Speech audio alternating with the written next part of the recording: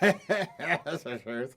Ladies and gentlemen, welcome to whatever episode this is, of the Lowcast. Today I have two very special guests. One of my basically I have my broiest bro and my hippiest bro all together, and this is just going to be the most clustery bro brigade that we've ever had a part of. So this is Owen Hunt, ladies and gentlemen. We got Tommy P over here. Hello. Both here in Atlanta and in Athens, Georgia, doing amazing shows and just being comics that I generally want to hang out with all the time. Welcome, dudes. Thanks for having me. Yeah, of course. Appreciate being here. Is that on your mic? Can you just talk into that? Hello. There we go. Sounds like it. You just got to talk into it. So this is sick, dude. I know, man. $21 can get you everything. And first faux pas of the show. There we go. I told you, this thing falls off every 10 minutes. I'm going no headphones. I feel like that's just going to make our lives easier. You're going no head? No head. No head, just us, dude. Just us. Yeah, man.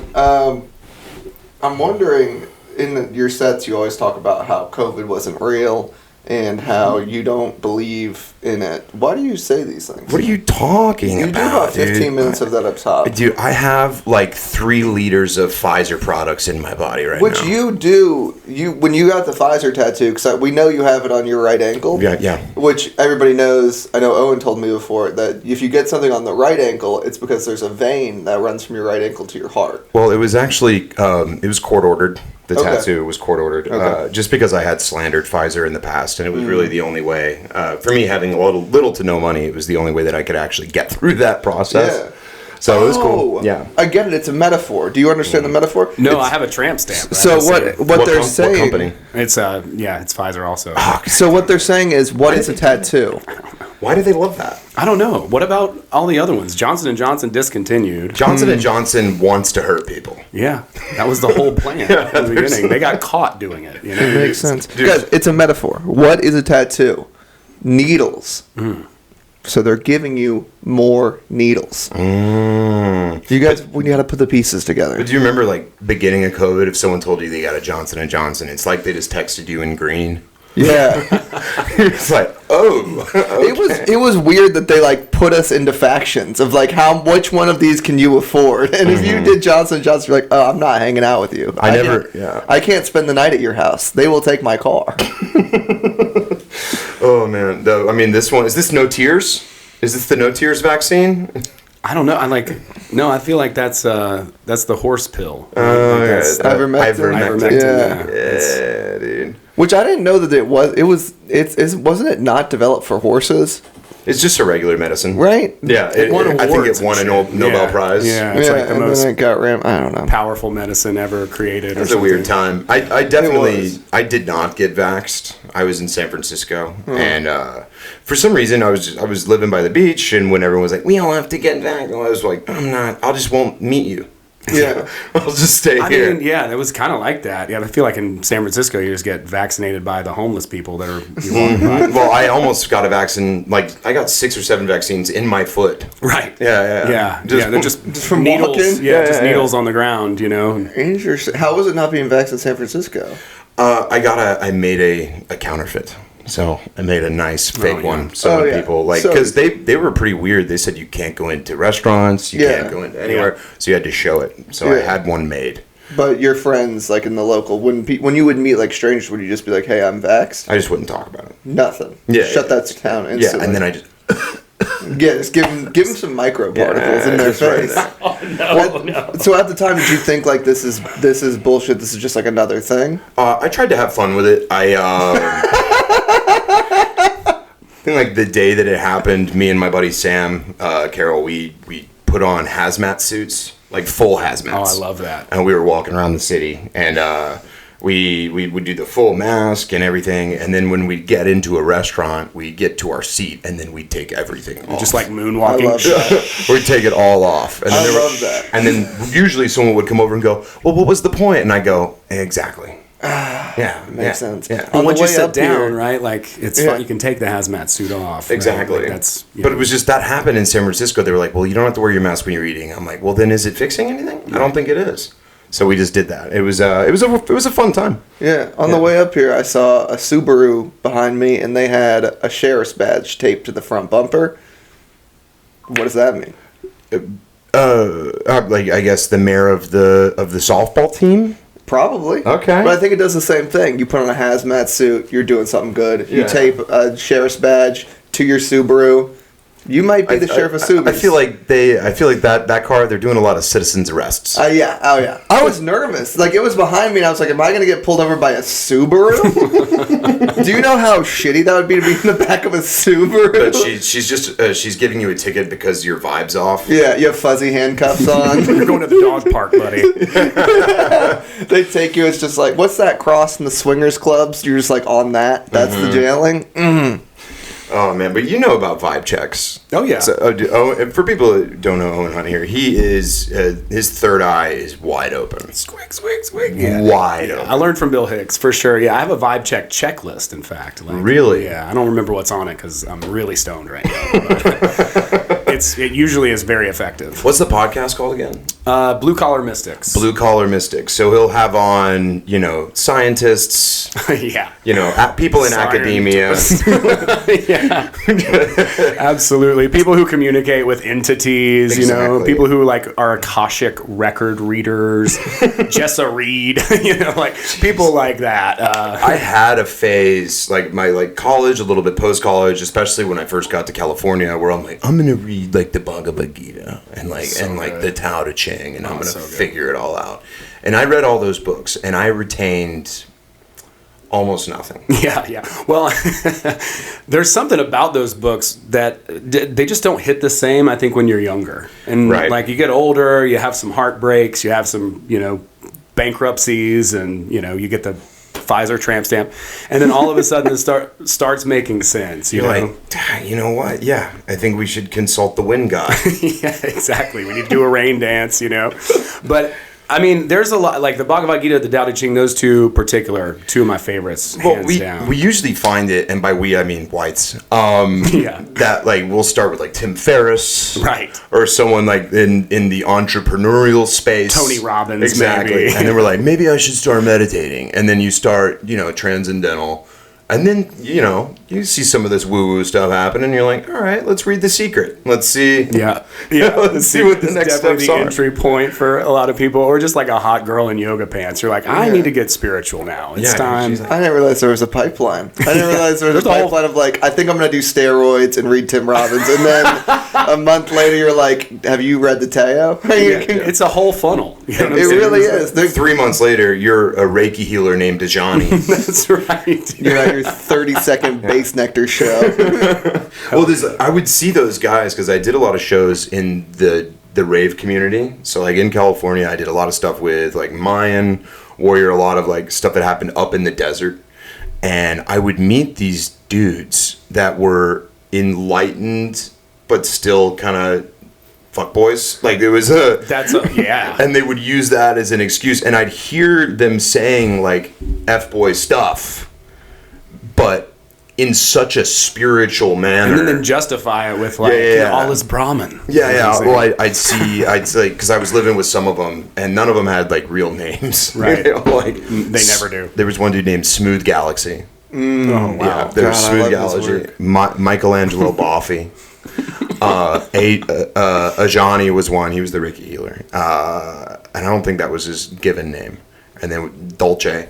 Dolce. Dolce. You just stole that off a bottle of cologne. Yeah. One of us is going to get there.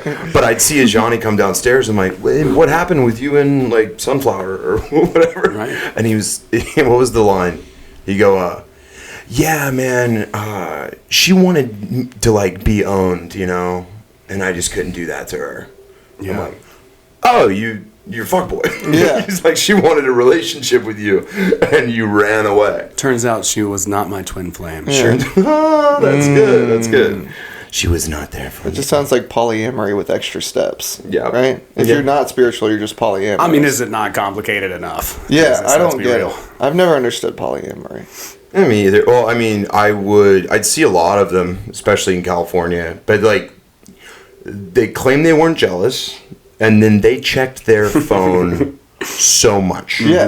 They're like, where's your girl? Oh, she's out with Christian right now. Like, she's just chilling. I'm not worried about her at all. And and you'd see him, like, as we're having dinner, he just keeps, like, going like that. You're like, oh, yeah, you guys are so healthy. Yeah, dude, I have a theory. I think it's just like a Gen Z cult, the polyamory thing. You think so? Because it's like communism. You know? Okay, go with that. I want to hear it. Yeah, because, like, it's never worked in recorded history. You know what I'm saying? But it's not going to stop the 20-somethings from giving it the college try. And I just don't understand it, because you're essentially, it's just like an oxymoron of, like, I want to be in something with you that's, like, committed, but I also don't want to commit. So let's commit but decommit, but also let me have, like, this competitive feeling of, like, wanting to be monogamous with two people, but then when you go do it, you're not. It's just the oddest thing. Well, they just need roommates. They're broke. Essentially. I do like the idea that it is just communism for people who don't have the reading comprehension to really try to get into communism. They're like, we can't afford roommates. We can't afford, you know what I mean? We got Che Guevara t-shirt and Goodwill and a beret, $12. You know what I'm saying? We got this. Let's fucking go. We can all only afford one haircut. That's right. We were just sitting here, man. We didn't want this. That's funny. No one does. I see almost none of it here, though. I don't see much polyamory here. What is this, Alpharetta? Yeah. In Alpharetta, you're not. But when you go into Atlanta, Midtown, you're going to find it. For sure. Really? There's definitely some of it in Athens, Absolutely. too. It's like kind of hipstery and whatnot. It's trendy. Yeah. It's a new, like, ideology that people are stepping into and trying to find, like, the comfort in it, which I think is fantastic everyone just needs a good mistake for their 20s. I think, I mean, they're just jumping right into it at first. Why not just embrace the trauma? You know what I'm saying? You're not poly, are you? I'm not. I'm just single. Just hey, buddy. All three. No, you're not. I'm in a healthy relationship. Well, I met her. She was very nice. Yeah, she's great. Kind of disappointing, dude. Sorry. Hey, sorry. That's on me. No, dude, I'm happy for you. And they were all cute. They were dressed up like together for Halloween. Aww, what were you guys for Halloween? Astronauts. Okay. Yeah, she'll be here the 27th if you're gonna be around. Mm-hmm. Be hanging out. Cool. Yeah, the showcase. Was it? Y'all did a couple other parties though. What were some of your other partner costumes? Didn't you do like stepdad in an ashtray? That's so funny. We've done Little Red and the Wolf, and then for some reason we did Charmander and a Squirtle and a squirrel. Just Squirtle? not a Squirtle. Squirrel. Oh, a squirrel. Yeah, we just didn't have Squirtle costume at the moment. Is there even a squirrel Pokemon? I'm sure there is. I'm sure there are. We just didn't get around to it. I wasn't able to do Pokemon when I was a kid. I was told that it wasn't, Really? Mm-hmm. Wait, so that means growing up you were religious? Yeah, I'm still a Christian. Yeah. Okay, practicing, non-practicing. Practicing. So you're doing the Sunday, Wednesday churches? Wednesday, no. On Wednesday, I am usually in a bar telling jokes to drunk people, or in a club somewhere doing that. Mm-hmm. I do a Bible study every week though. Okay. Some friends, we just get together, read some stuff. Yeah, you can listen to Owen's podcast if you skip church. I do. Here's the thing, I do that as well. I mean, I'm fascinated. I love Christian ideology and philosophy as well. Like it mixes really well with all the other, fuckboy spiritual stuff. Well, it's funny. It's like the more that you read the different sacred texts, the more similarities you see, and obviously, base value Christianity is better, but I mean, I'm kidding.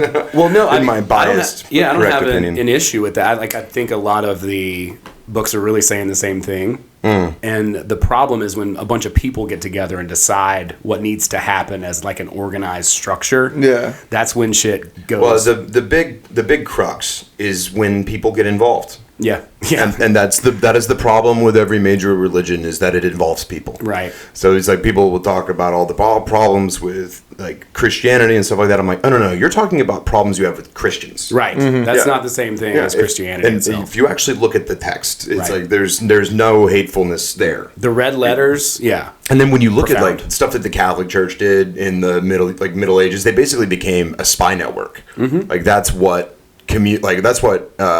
confession was. They were just like gathering above, like that was their Epstein Island. Like they were keeping gathering secrets. Intel. Mm-hmm. They were just MI6. And then you see that pimp, the Pope, just out there. No one can touch him, man. Yeah. Bulletproof car.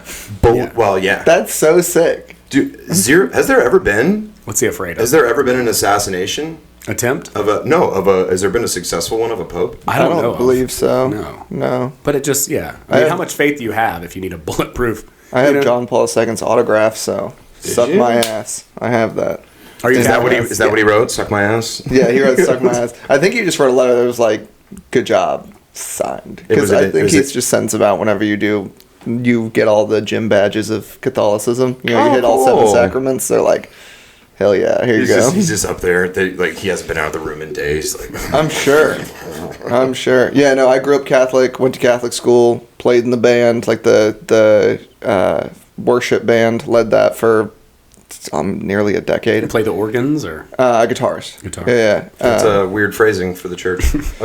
Organs? Did you play the organs? Well, you're Catholic, so I'm thinking organs, I don't know. Dude, yeah. I used to talk about it. In my act, and then I'd be like, too real, and then I'd go somewhere else. This is too. I would get somewhere like, because remember when you start a bit hot and everybody's like, and then they get like a minute or two into it, and they're like, okay, he knows too much. Are we uncomfortable now? Yeah. We're like, this is really fun. Oh, those are real names. Okay. Oh, no. He's giving addresses. Okay. This is a little too personal. You're just up there weeping. Just rocking back and forth. He said he was my friend. Father Stevens. I loved it. I've been loving seeing the lady ministers. They have lady ministers now? I've been out the game for a little bit. Depends on who you talk to. Yeah. But I saw a video that it's like, this isn't the God that I want. And I'm like, oh, good for you. Yeah. Yeah, I think that goes across all borders. When they're like, well, this God doesn't really fit my definition. And you go, well, then you're not doing it right. Because it's not actually about you. And I think that's basically kind of the major crux of Bhagavad Gita and Tao Te Ching is it's not about you. Yeah. Well, it is and it isn't, right? Like, it's all some giant paradox. And I love the Bhagavad Gita. It never landed for me until maybe like a year ago, maybe 6 months ago, something like that. Not pretty recent. Yeah. But like the idea of the Bhagavad Gita is like spirituality is action. You've got all these people like preaching all this spirituality, piousness stuff, and they just sit around and like do the meditations and they do the. You can come in, yeah. Why not? Who that? Who's that? Come on in. Come on in, we need you. Oh, please come back. Please. Krishna. No. Who was that? It was Krishna. No, He's Krishna. That's good. Yeah, like do something with it. Like build a nuclear bomb. Like, right. Yeah. Exactly. Yeah, take out do some genocide. Yeah. You have to take action. That's the thing. I do like that, like... Do some genocide is a wild sentence. Come on, dude, do some genocide. You poke the rock, So fucking poke the crazy. book. Do some, come on. But I do love that there's like a generation of American, like dudes, like pure bros that got introduced to the Bhagavad Gita through Oppenheimer. Oh yeah. Well, whatever, dude. It's the funnel's everywhere apparently, right? Like it's all. Dude, it's all Chad Hinduism over here. It's all the Godhead, dude. I got a question for you. So you said you talked to people who like have seen or talked to entities. Yeah, for sure. Can you give us like a story about that? Ooh. I mean, I personally haven't like seen any entities, but I do know a guy who literally like there's like a medium to people, to talk to the dead for them, and I had him on the show for like 2 hours. We did a live. And how many other guests came with him? It was him and all of the people spirits that he connected with. But he had these like it's like you can make it out of a coat hanger where you like take this little bendy thing and then you hold it up. And you literally just sit there and you ask it questions and it'll move one way or the other. And it's fucking trippy because it actually does move. You try it in your house. Like you'll ask it a question and it will move. And the same thing, like you could do like a pendulum. Sometimes I have and I'm sure that has nothing to do with how he's squeezing it. Well, yeah. I mean, you got to try it yourself. Like you ask the whoever entity to answer your question. It has to be a yes or no question though. It's got to be. They're binary. I think I'm good on that. There's no non-binary ghosts apparently. I've been interested in that. Really? Yeah, it's 1 or 0. No T ghosts. Yes or no. I don't know about that. Like that's. I've heard. Well, then what happens when you ask them a question? It just kind of just vibrates in the middle and gets mad. Another level, exactly. Just spins off. Right. I've heard like there's, and this could be completely bullshit, but they said like potentially the science behind that is that like how the poles work. Like if say you get stuck somewhere and you have like a cork and a needle, if you put it in water it'll point north, And they say that that's the same science behind that experiment. So that makes me skeptical of that. But it was going different ways. Like it would go one way for no and one way for yes. Okay, and then would he reset it and like in his hands, or would he? He would just like hold it and then ask it a question, and then it would go from all north all the way. Yeah, it would go like to the right and then to the center. Did you feel Cyrus? Like? Did you feel something like you're like? You know how you can feel energies in the room, like if you're doing stand-up? Did you feel like there could be something else in the room at that moment? Well, it was on a Zoom call, but my hair was definitely standing up. Dude, imagine meeting a ghost on Zoom. Right. What if the ghost was behind his computer, dude, hanging out? I think like that's kind of like how he does, like, and he would communicate with like people who had lost like a husband or someone close to their family and stuff. It was that was a very interesting interview. It wound up going, like, it was scheduled for like an hour, but we got into it and we went like over 2 hours. Yeah. Yeah. His name was Cyrus. I can't remember his last name, but it was a couple of years ago I did it. It was time for Nathan to press the button. It reminds me of Beetlejuice. Really? Yeah, because that's how, if you've watched the new Beetlejuice, that's how it started. So I have like a gap for that. I have never seen Beetlejuice. Either of them. I saw the first one, but it's been so long I don't remember. I didn't see the first one. I saw the second. And the second was unbelievably fun. It was good. Yeah, it was all practical effects. I love the movies. And I have a movie suggestion for you guys, and we'll talk about it later. But Beetlejuice, it's all... So the guy... Wait, you gatekeeping me? You're going to hide this wreck from me? Oh, well, I'll finish my point. Then gotcha. So the guy who plays Beetlejuice, I forget his name. Michael Keaton. Michael Keaton. So when they started writing this movie, he was like... I want you to treat me the same way as the first one, so I will not do any more screen time than the first one, because I didn't realize he'd be such a big success off Beetlejuice. Mm-hmm. So you only see him for like less than 5 minutes in the movie. And then all of the effects that they use are practical effects, nothing in post, and then it's all like 80s effects. So it's this like really wild and fun movie. So like the practical effects are my favorite. That's the big like squirt of blood that shoots out. Yeah. Or what was the Thing? I haven't seen that, but so many people have told me to watch The Thing. When you think about practical effects, I always think about The Thing because it morphs in. It's one of the first movies. I think they use stop motion to get a lot of it done, but it's the grossest just flesh pile. When I think about 80s practical effects, that's what I think about. The big Thing. Flesh pile. That's the one with Kurt Russell, right? In the wilderness. Like south. The pole. Did you see The Substance yet? No. They said that. I see a lot of movies. I love movies. You're a horror movie guy? I love horror. Horror is one of my favorite things. Not really. Someone made the point one time that the difference between a comedy and a horror is just the music. Yeah. And 100%. it changed my perception of horror stuff. But like, I just don't like the gory, like fucking Saw or whatever. Mm-hmm. Like, it's just so twisted. I'm like, who thinks of this shit? Yeah. But I mean, you could watch Saw with that. Right. Exactly. A Benny Hinn. You know what I'm saying? It's like, it would definitely change the vibe. Just the laugh track itself is so great. You know, have you seen the Hostel movies? Uh-huh. Yes. If they like had a studio audience and when someone came in, they're like, "Whoa, yeah, this guy's that would be fun." Yeah. I think what they mean by that is like in comedy, you try to build tension and release it. That's how you get your laugh. And I think that's the same thing, but instead of building tension and releasing it, it's like they release it through a jump scare, and then you feel good. And like. Because you survived. Yeah, exactly. Like one of the greatest lines in Black Mirror was they have this one about this VR game that you take, which goes a little bit far. That one's crazy. In the very last sentence in the whole thing is he's like, "It feels so good because you're still alive," and I've taken that into horror, and I just think I love horror. Well, I hated it when I was younger. Like I would full world star hip hop and get up and walk out of the room. Like if something scared me, I'd be like, nope. I thought you'd be like, I got up and I beat up a bunch of people, and then I left the theater. It's like, it's like when someone on World Star sees a magic trick, everyone just runs in different directions, you know. And that's kind of what if someone got murdered on screen, I'd go, oh, and I'd run out of the room. And my college roommates found out that I just couldn't watch horror movies, so they very quickly instilled terrifying Tuesdays at my apartment, where every Tuesday, like 20 or 30 people would come to my small apartment and watch me watch a scary movie.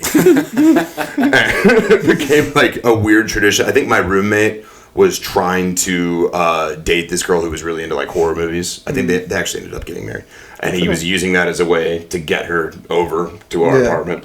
And thanks for that, Sam, by the way. But basically, I got so inundated with it that now I can watch them and not freak out. But like the person-on-person violence movies, I get, because as a bro, you can be like, if I was there, I would have kicked him in the teeth. Like, it's the dude thing. Like, if murderers surround the house, like, get the frying pan. You got to get the frying pan. Because we've been think about this. Men, when we walk around our apartment, we are finding weapons. Yeah. Like, it doesn't matter where we are. You're checking exits. You're looking at weapons. You're like, dude, I could destroy someone with that ironing board. Mm-hmm. Right. So it's like when you watch those movies, the male brain just really spins out. Like, women brain, they just like to die and panic. I don't know. Like, I don't get the draw. I'm not sure that they're being adequately represented in the films, you know? I don't know. Yeah, I've never really seen a situation like that in real life. But you see somewhere, like, the chick's just badass and she's killing everybody. That's cool. Yeah, that's also not. But from my experience, the women that I know in my life seem to like those movies less than the serial killer We All Die movies. Well, yeah, I mean, I don't understand the fascination with like the murder mystery podcasts, you know, all that stuff. True crime, I guess, is what they call it. Yeah. Like, to me, that's actually even scarier than a scary movie, because it's like fucking real. Yeah. But I mean, like I said, like the violence movies, okay, I can kind of wrap my head around. But when it's something like Sinister, right, where they're like, oh no, you can die from opening your phone, and I'm like, I open my phone. Right, I put this videotape in. Yeah, I'm like, I do those things. Right. Like, oh man, he's gonna get me. I do that. Man. I go into basements. I do go into basements. I'm in a basement. I'm in a basement right now, dude. Shout out Helium. You got a great basement. It is. All right, so the movie suggestion that I think y'all should take, I just saw it. This movie's called Heretic. It just came out. You guys, because of your background with faith and stuff like that, this is they hit it out of the park. Starring the world's most charming man. He is unreal in this movie. He is the world's most charming man. Yeah. I don't know how much, it's Hugh Grant, by the way. I don't know how much I want to tell you about it. Yeah, don't spoil anything. I've seen the previews. So have you heard about what it is? No, I have no idea. Two either Mormons or Jehovah's Witnesses. The Church of Jesus. Church of Jesus of Latter-day Snakes or whatever. Yeah. One of the door-to-door people. They go to Hugh Grant's house to try to share faith with them, two young women. And I guess he has turned his entire house into a faith-based death trap. Oh, wow. Yeah, like where he's testing. So this is just what I gathered from the trailer. I'm not going to correct you. I'm just going to let you go in blind. And it's going to be fun. This sounded like a Pornhub for a second. Yeah, well, they do all talk. Okay. You're gonna. I mean, they are Mormon, right? So they're polyamorous. Well, it's actually written into Hugh Grant's rider that he has to have sex in every movie that he's in. I haven't heard his name in a while. The last time he was like caught with a prostitute. Well, wait, really? This was years ago. I was just being all apologetic about it. Oh, I didn't know. Wait, why did he get a prostitute? He's Hugh Grant. Good question. It's so strange. It's like, who was that guy from... Because he was like, you know what, I just don't feel like being charming. He's like, I smile all day. I just want to feel like what it feels like to be a regular man. And have to pay for it. I will buy it from you. She's like, no, you're Hugh Grant. She's like, I will do my part. I just like to be with a woman without having to think about Mickey Blue Eyes. She actually paid him. Like that guy, do you remember the guy from Parks and Rec? I forget his name. I'm sure when you hear the story you'll know him. The Burnett who always called everyone first and last name. Him and his wife went to a bar and they picked up a girl to like have a threesome with, and she ended up being 16, and it just ruined his career. No. Do you remember this? I don't. I don't like that you called a man a brunette. What would you like me to say? I've never heard that. Have you ever heard brown-haired man? Brown-haired man, yeah. I guess I've never heard that. I've never heard brunette. You've never heard brunette when talking about hair? For a dude. What? So dudes like women are brunettes and blondes. Oh, yeah. I remember you telling me about this. You're like, I really don't like color. You said you don't like colors. Yeah. You said something like that to me. It's just the whole spectrum. I'm just really confused by words that aren't the original. Like, it's like brown hair, brunette. What is this? Brunette. Yeah. So you were saying this guy's a pedophile? It's one of those. he went to a bar with his wife, and they wanted to like pick up a third, and so they found a girl at the bar who was drinking, allegedly, and then they brought her home, and they had a threesome, but she ended up being 16, and so his career went to the toilet. Was it John Ralphio? Is that his name? The guy who was like Aziz Ansari's friend in there, that they opened up a nightclub? No, not him. Okay. Fuck. I could Google it. I don't know. Well, we know it wasn't Rob Lowe. Right. Was it Rob Lowe? Was it Rob Lowe? I don't know. Where's my phone? I could look this up. Rob Lowe was in like Wayne's World and stuff. He's like 70 years old. He looks great. Universally loved. Yeah, well, yeah. I mean, he's a hilarious dude. He had like a TV show with his kids for a while, I remember. But yeah, I don't know who else it could have been. Dude, I need to watch Mickey Blue Eyes again. The brunette. Have you seen Mickey Blue Eyes? It's been so long. So good. Yeah. That's like one of my favorite like mob comedies. How many mob comedies are there? Quite a few, I guess. Yeah, I mean, My Cousin Vinny. Oh, that's so good. I mean, I consider The Sopranos a comedy. Yeah. Like, oh my God. It's like some of the funniest lines in the world are from The Sopranos. Point made. Yeah, that's a great show. Are you... He's checking the registry right now. I tried to look it up. We're in a basement. There's no... He just no Wi-Fi's? Keeps refreshing that. There's no Wi-Fi. There's no Wi-Fi. Oh, fuck. All right. We'll never know. Nah, dude. So that's a good movie rec. Heretic. Oh, let me... 100%. There we go. Cool. Heretic, 100%. Go see that. Heretic. Is it in theaters right now? It's in theaters. It opened on the 7th. Did you ever go to those like hipster reel-to-reels? Like the film movie theaters? I didn't know they existed. Like the Plaza? Yeah. No, they exist. Like I think there's one in Atlanta. But like Tarantino's place in LA is a reel-to-reel. It's all film. And there's another one in San Francisco, same deal. I found one here. I can't remember what it was called. Is it the Plaza? I think it might be the Plaza. It's the one with the really small theaters. I'm pretty sure it's the Plaza. Mm-hmm. Yeah, they're known for like things like that. I can only assume. Yeah. But no. It's a fun experience because they usually do like intermissions. Really? Yeah. That's and awesome. You can go out and get a drink. Usually those places have a bar involved. Argue. Yeah. There was some conflict. There was one in SF. I think it was called the Bailey or something like that. And I went and saw Once Upon a Time in Hollywood when it came out. Mm-hmm. And this Filipino guy was in there. So it's like a 3.5 hour movie. So there's like an hour and a half and then a 20-minute intermission. And then like an hour, and then there was another 10-minute intermission. Yeah. Just because they had to change the reels so many times. And this guy came in, Filipino guy, sits like in the row behind me, pulls out a backpack right when the movie starts, opens it up, pulls out a machete, a full-sized machete, and a watermelon. Like not a small melon, a big watermelon. Wow. And through the course of this movie, this maybe 95-pound Filipino guy cashes this entire watermelon. Hell yeah. Like just carving it up, and everyone's too nervous to really call him on it or look around, but you're just hearing oh my god. And he's just peeing on the floor the whole time. Dude, it's just so wet. He's soaking wet in the intermission. It was amazing. Get this man a crab. I will never top that movie theater experience. It's never going to be better. Going into a movie dry and coming out wet is hilarious. Was it Pee Wee Herman did that? What? Yeah, I'm pretty sure. Really? They used to do that a lot in the 70s. Yeah. They don't really have those theaters anymore. Damn. Yeah, they're on your phone now. That's kind of how that I feel like being damp in public is universally very funny.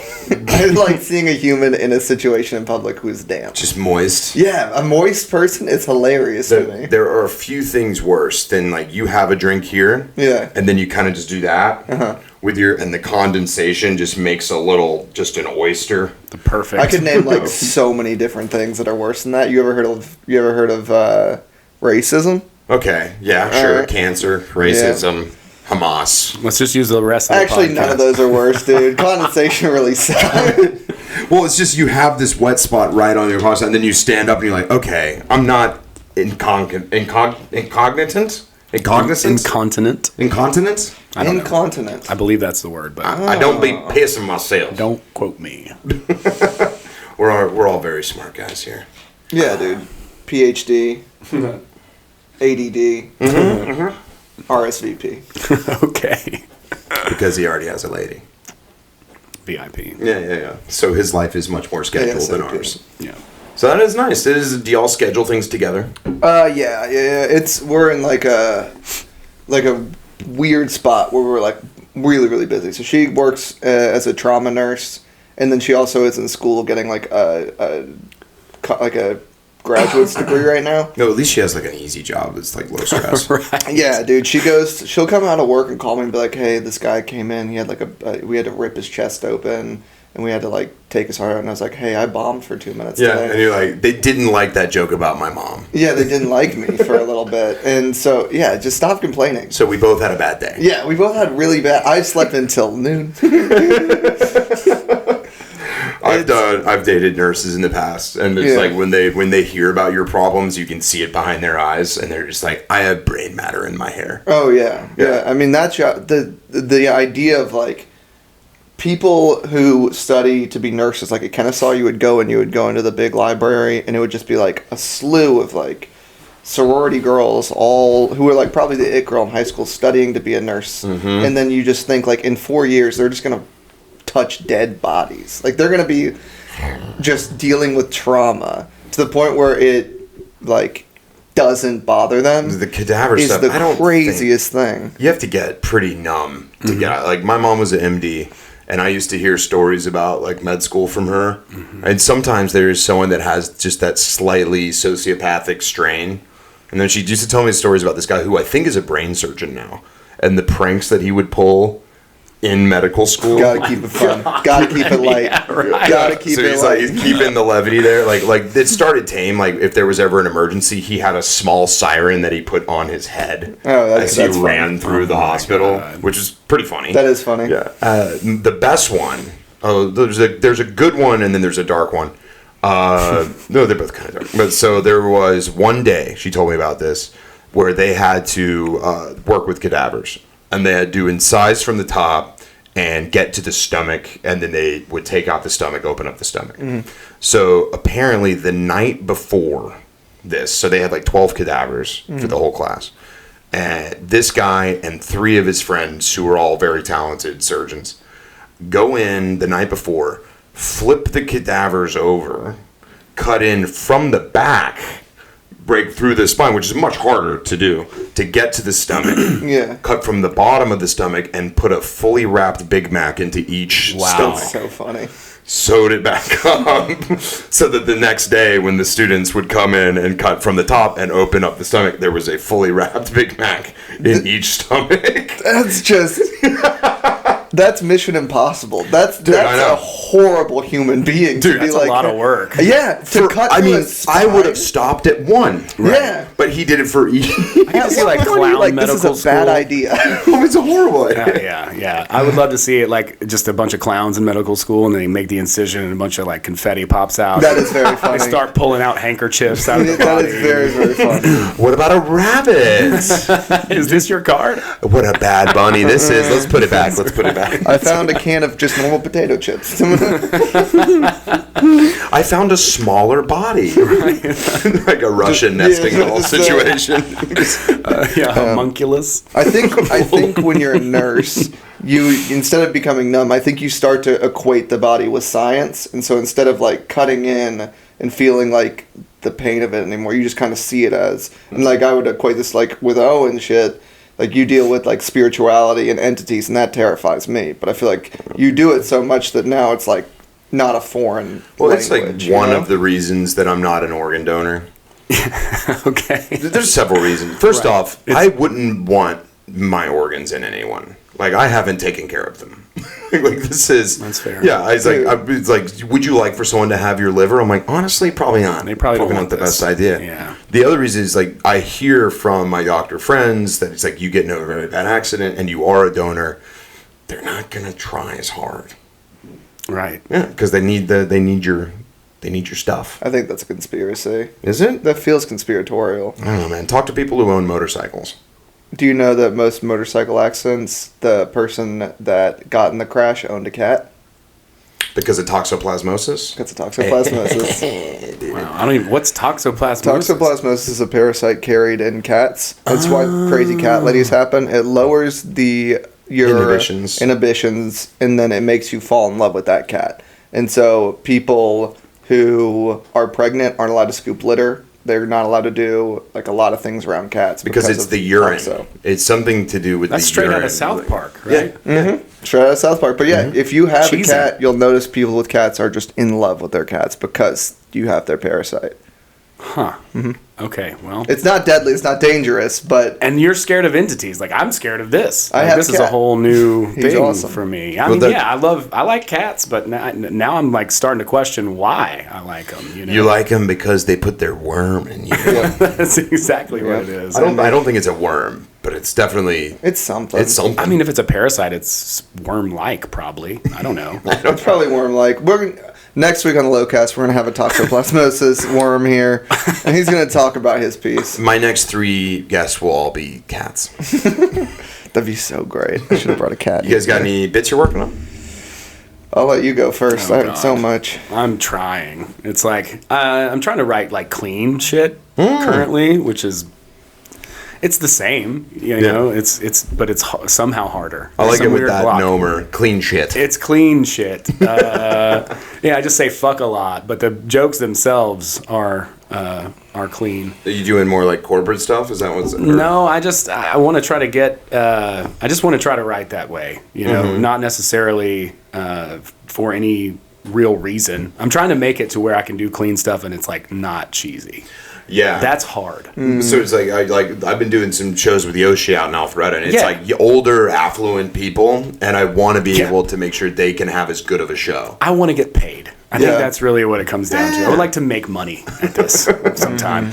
Well, it's like I never know what clean means because it's like I don't. You see my act. I don't swear much. I don't talk about sex much. But I do have a couple of jokes about like death camps and like pretty blue material. Not all that COVID stuff. I have no jokes about COVID. You do like 15 zero jokes about COVID. I love that that's how this podcast I remember last time we had Nate do 15 and he did like 45 because he just kept trying to fit in more COVID material. Well, and I was also trying to kiss everyone in the audience. Yeah, he was walking around. We gave him a wireless mic. He said, I have to have a wireless mic. Well, I asked him, I said, can I get a Joel Osteen? I mean, let me just, Osteen. Yeah, and I got in there and I'd sit on people's laps. I hate that shit. Because Matt Rife does that now. He has the what's it called, an earworm mic that comes around? Yeah. Worm. Why? The only person that's done it is the British Ricky guy. Gervais. Yeah. Not Ricky, the one that always wears the suit. Jimmy Carr. Jimmy Carr did. But he has a very small, subtle one. Yeah, he can own it though. Jimmy Carr's so funny. Didn't Nanette use one for a while? I don't know who Ned is. Nanette. Okay, these we'll just move on. I'm sorry. Okay, I thought maybe. I have toxoplasmosis. No, clean, like, working clean is hard. I remember the first time that I did a clean show, there was like a 350-seater, fully packed out. I'm on this tour with, like, the people from Georgia Followers, and they didn't really tell me what clean was. Until, like, I got there. I was like, all right, we'll just, like, don't curse, no sexual material. And so I get up, and when I get up, they're still figuring out the mic while I'm on stage. Like, it's not on like, nobody can hear me. I'm not on a stage. I'm on the ground, and all the seats are the same height. So it's like, you can't really see into the back. I get, like, 8 minutes in, and I'm eating shit. Eating so much shit. I'm slated to do 15. I get, like, 12 in, and I'm like... Bail. And you can hear the mic, like, you can hear them tuning feedback it as I'm doing it. And back then, I was holding the mic, like, right to my chin, and it was a unidirectional mic, so you had to hold it like that. So that's a fun screenshot. You had to hold it like that. And they didn't tell me that. So the people on the other side, they were like, you were funny, but we couldn't hear you through the mic. And so I bailed, and like after the show, I was like, man, I wanted to do all these jokes. Like the bartenders came up to me and they were like, hey, we're friends with your ex-girlfriend. We've met before. And I was like, I have so much material on her, but it's dirty. And they were like, dude, you should have done that. Like you could 100% do that. And I was like, it's a fucking clean show. I do like the idea of just Owen sitting down, struggling to think of anything clean.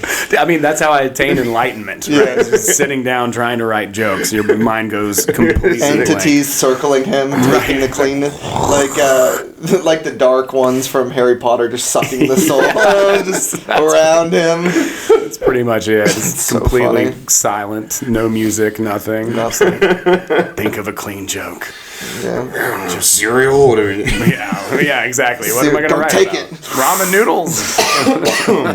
I clean stuff can make me laugh. Like I'll think of it just a dumb cheesy thing, and I'm like, oh, that was fun. But mostly it's the horrible thing that gets me going.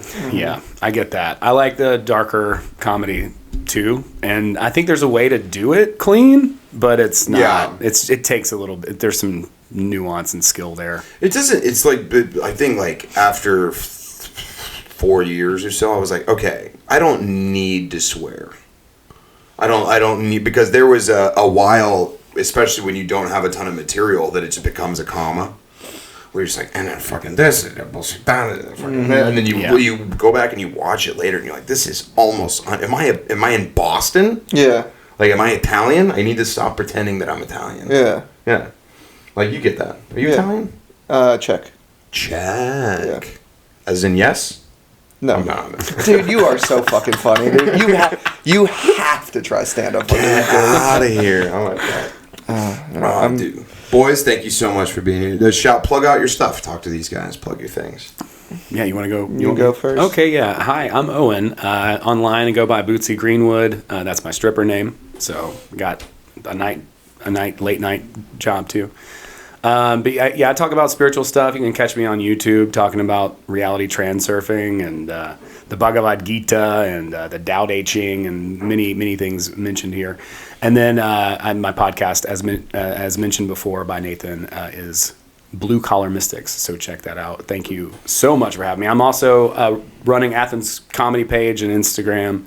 So follow Athens Comedy. We're going to be putting out some digital content pretty soon, too. And he is the closest thing to Tim Ferriss that we have in this state. And, Athens Comedy Fest. There it is. Mm-hmm. Also, come in May the 2nd, 3rd, and 4th. Be with you, 2025. Because there's 3 movies. Hey, it's going to be fun. I guess. I'm Tommy P. Don't look me up. Don't follow me. It's not worth your time. If you want to, at Tommy Does Stand Up on Instagram, don't put that in because it'll find me. Then you'll follow me and then you'll see my stuff and you just won't be excited about it. So don't do that. But if you're near Tommy, you'll know because he usually has to announce at the doors. What? Yeah, you go door to door and let people know that you're in the neighborhood. Right. Oh. Yeah. It all depends on the neighborhood. Okay. Yeah. Sorry. Apartment complex. Do you still have to do that? Do you have to hit every single one? Depends. If the doors are on the first floor, yeah. But if we hit the second floor, they're good. Nice, dude. I love a good American loophole. Yep. But check him out. He does stuff every week at the Alley Stage. Throws some of the best shows here in Atlanta. My name is Nathan Lowe. I will see you next time. Goodbye. Bye. Reverse psychology, motherfucker. That's my first.